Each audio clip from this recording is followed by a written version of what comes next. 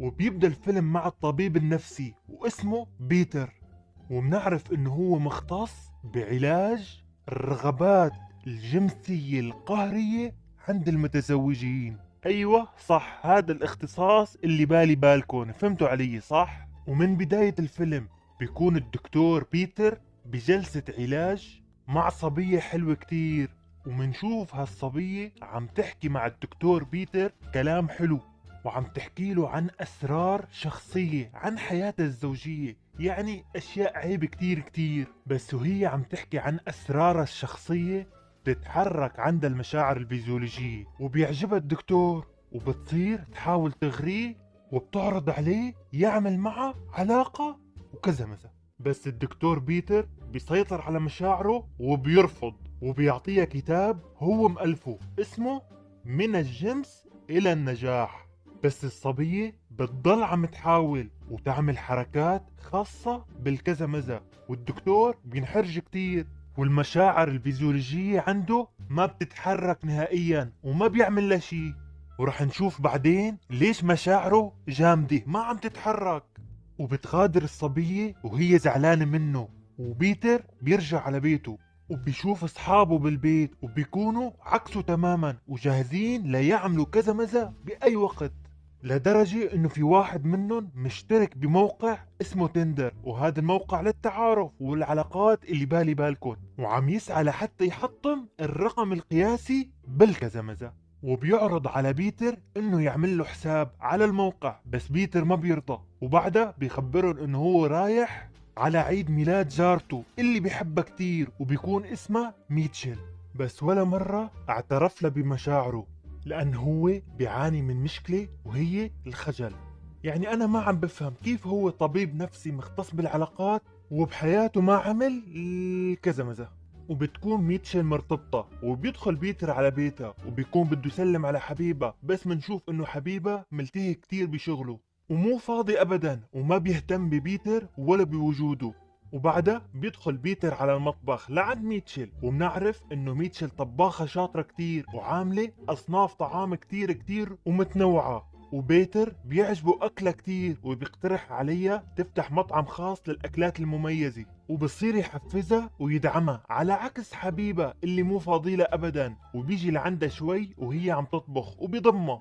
وبيتر بيغار كتير من حبيبة وبينزعج، بس بيجي تليفون لحبيبة من الشغل وبيتركن لحالن هي وبيتر، والشيطان ثالثن، بس بيتر لأنه خجول ما بيعرف يعمل شي. وتاني يوم منشوف بيتر راح يزور أهله، وأبوه بيستقبله بشكل سيء جدا وبيتذمر من تصرفاته، وما بيعجبه أبدا أنه ابنه لسه ما عمل أي علاقة وكذا مزة مع حدا، وبتطلب منه أمه أنه يضل على العشاء، بس هو بينزعج كتير وبيغادر. وأبوه بيحكي لأمه أنه معقول ابني يطلع بحب الرجال ويطلع ألوان آخر شي؟ أنا ما عم بفهم ابني. وبعدها منشوف بيتر عند مديرته بالشغل وبتخبره إنه صار سوبر ستار لأن كتابه اللي مألفه نجح كتير، وطلبوه لحتى يشارك بمؤتمر اسمه نيد توك، وكمان في إذاعة مهمة بدها تعمل معه مقابلة. وهون بيتر ما بيستوعب الشيء اللي عم بيصير، وإنه هاد أكبر إنجاز عمله بحياته، وبيشكر مديرته وبيغادر. وبيوصل على بيته وبيشوف حبيب ميتشل عند بيته ومعصب كتير لأن ميتشل تركته،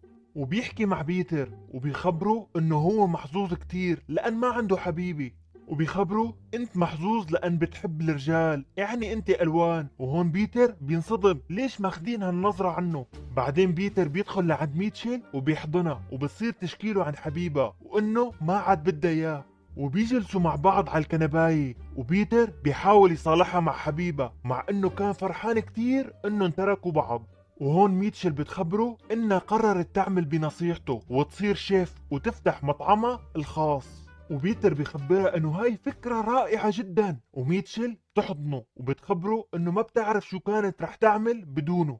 وبيتر بيمسح دموعها، وهون ميتشل تتحرك عنده المشاعر الفيزيولوجية وبتصير تتقرب منه وبتبوسه، بس بيتر بصيبه صداع فظيع وما عاد بيتحمل وبيعتذر منها وبيغادر.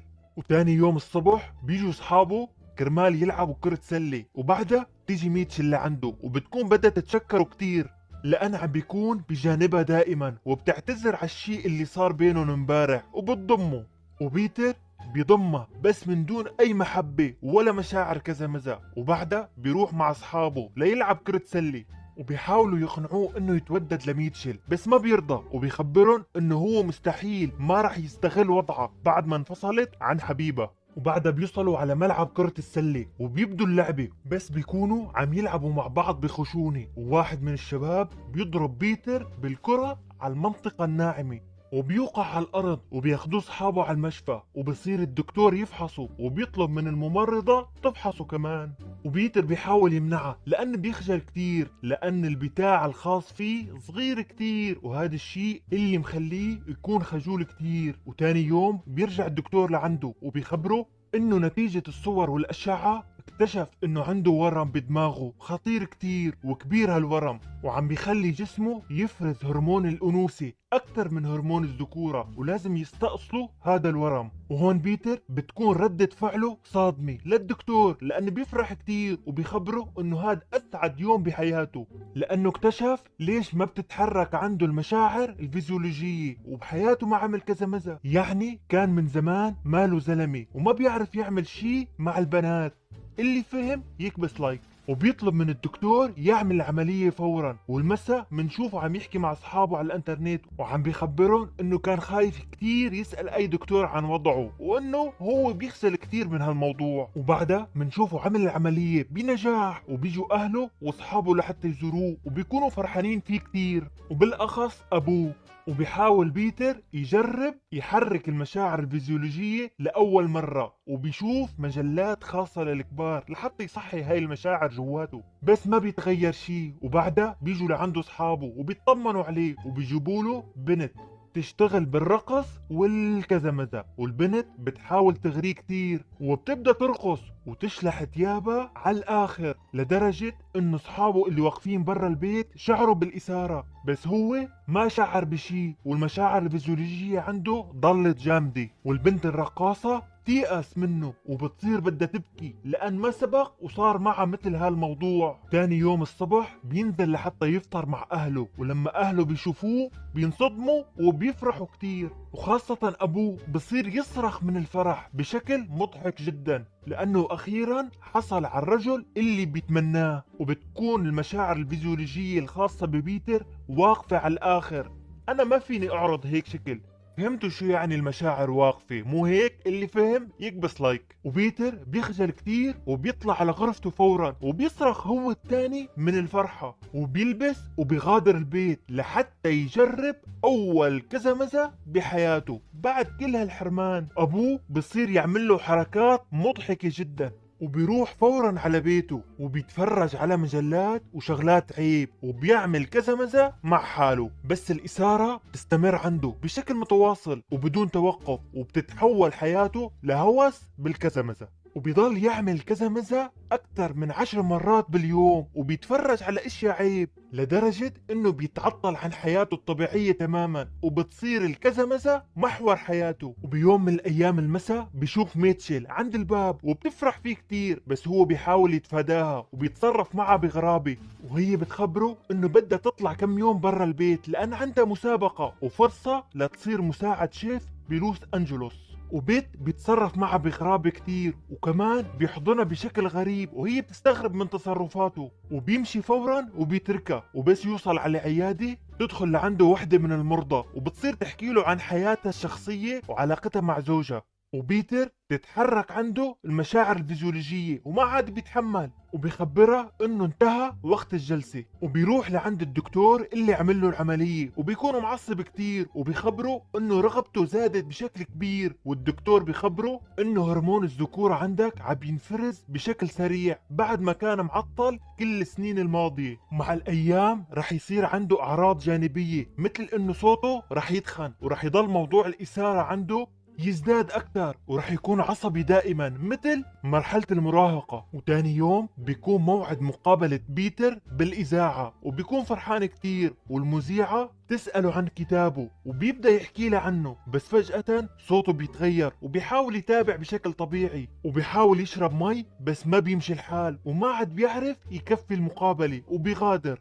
تاني يوم بيكون بيتر عم يتفرج على صور اللي بالي بالكم، وبيكون بده يعمل كذا مزة مع حاله. بس بتتصل فيه ميتشل، وبيتر بيتلبك كتير بس بيرد عليها، وبتصير تحكي له عن المسابقة وانه الموجودين ببيت الشيف. بتخبره انه الشيف لطيف ووسيم، وبيتر بيغار عليها كتير وما عاد بيتحمل كلامها عنه وبيسكر بوشها. تاني يوم المساء منشوف جوش جار بيتر، وبصيروا يحكوا مع بعض عن البنات ويضحكوا كتير. وجوش بيقترح عليه يبطل يعمل كذا مزة مع حاله، وبينصحه بموقع تندر اللي شفنا صاحبه لوك عم يشتغل عليه من اول الفيلم. وبالبداية بيرفض بيتر لان بيحب ميتشل، بس جوش بيقنعه وبيتر بيقتنع وبيبدأ يتعرف على البنات. كل يوم بيتعرف على بنت او بنتين وبيعمل معهم كذا مزة. ومنشوفه ما عاد ركز بشغله وبس عم بيتابع حسابه على موقع تندر، وعم يتعرف على بنات ويعمل معهم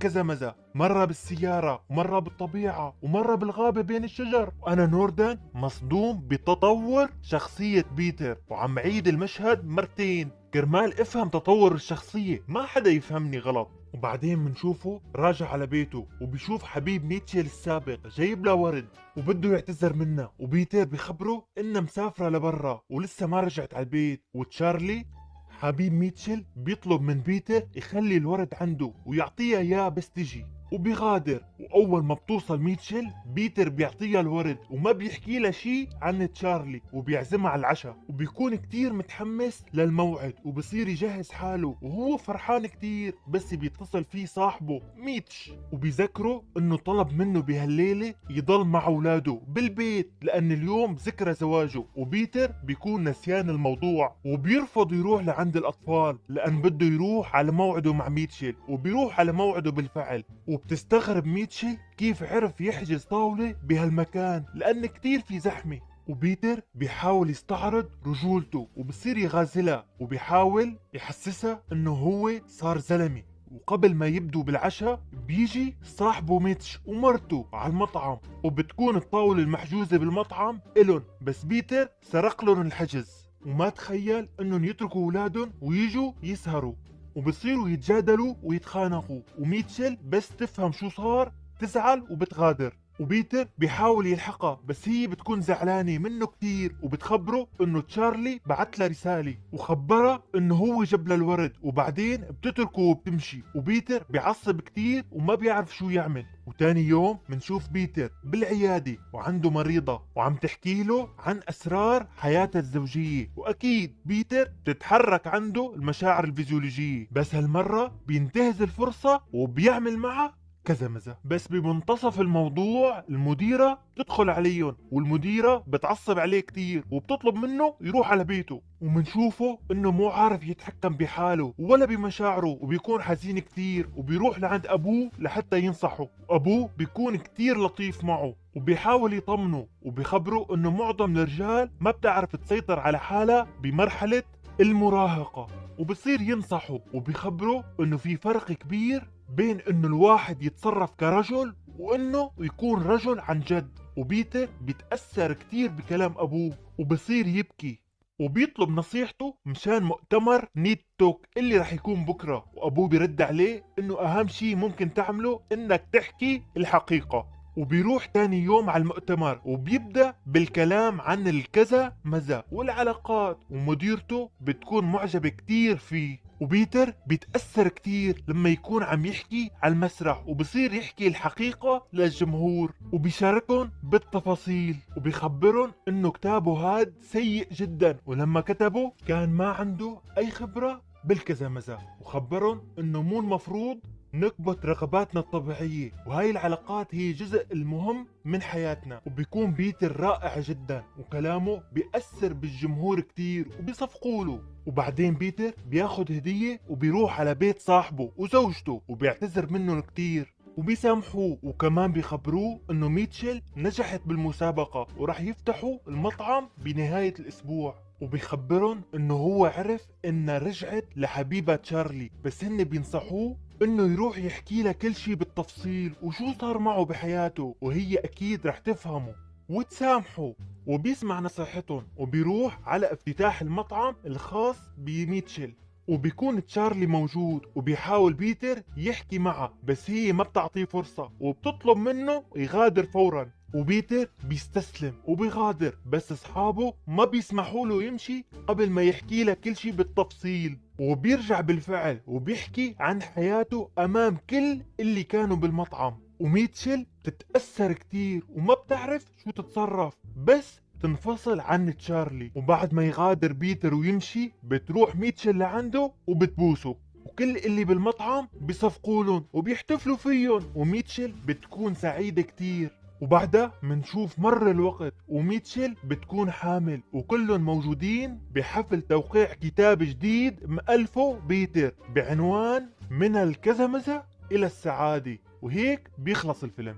لا تنسى زر اللايك للفيديو وشاركني رأيك بالتعليقات وانضم لعيلتنا بالقناة. كان معكم نوردان، يلا سلام.